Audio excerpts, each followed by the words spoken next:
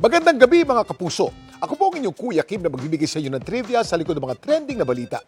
Laking tuwa ng lokal na pamahalaan ng Santa Cruz sa Occidental Mindoro nang kamakailan lang nahuli kami nila ang isang napakailap na nilalang na naninirahan sa kabundukan ng kanilang bayan. Ang tama raw. Isa-isang pambihirang pagkakataon, nakuhanan sa drone footage na ito ang isang mailap na hayop na naninirahan sa kabundukan ng Santa Cruz Occidental Mindoro. Walang iba kundi ang critically endangered na tama raw. Ang drone footage kuha ng magsagawa kamakailan ng verification survey sa kabundukan ng Santa Cruz.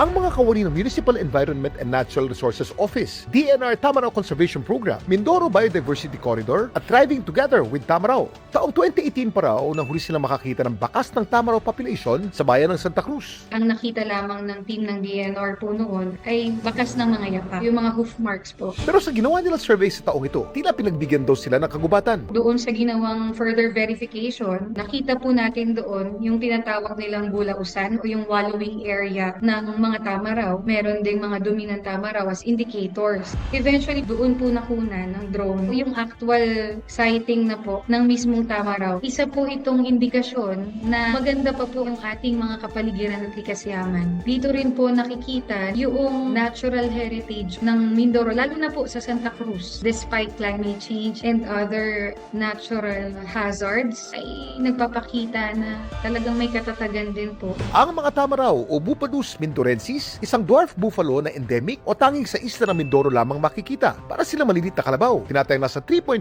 feet lang ang kanilang taas. Sila man ang tinuturing na pinakamaliit na buffalo species sa buong mundo, sila pa rin ang may hawak ng titulo bilang largest native land mammal sa Pilipinas. Isa sa mga agaw pansin sa tamaraw ang kanilang V-shape na mga sungay na ginagamit nilang pandepensa.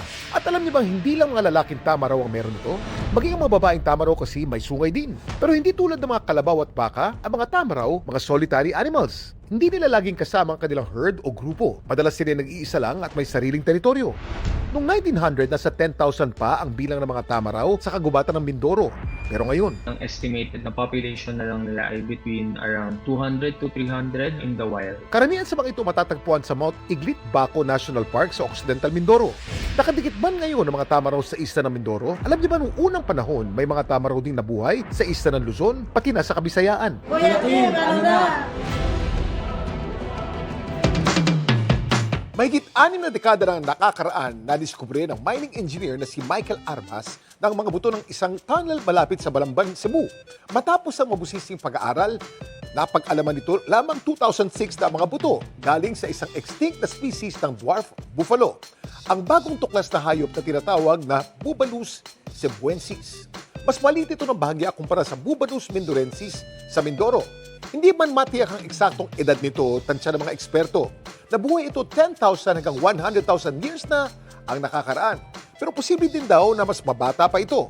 Maliban sa Bubalus cebuensis, may mga fossil teeth at bone fragments mula sa isa pang unidentified na Bubalus species na nahukay sa Cagayan at Pangasinan noong 1957. Maring kamag-anak din daw ito ng mga tamaraw at nabuhay ang mga ito sa isla ng Luzon noong unang panahon.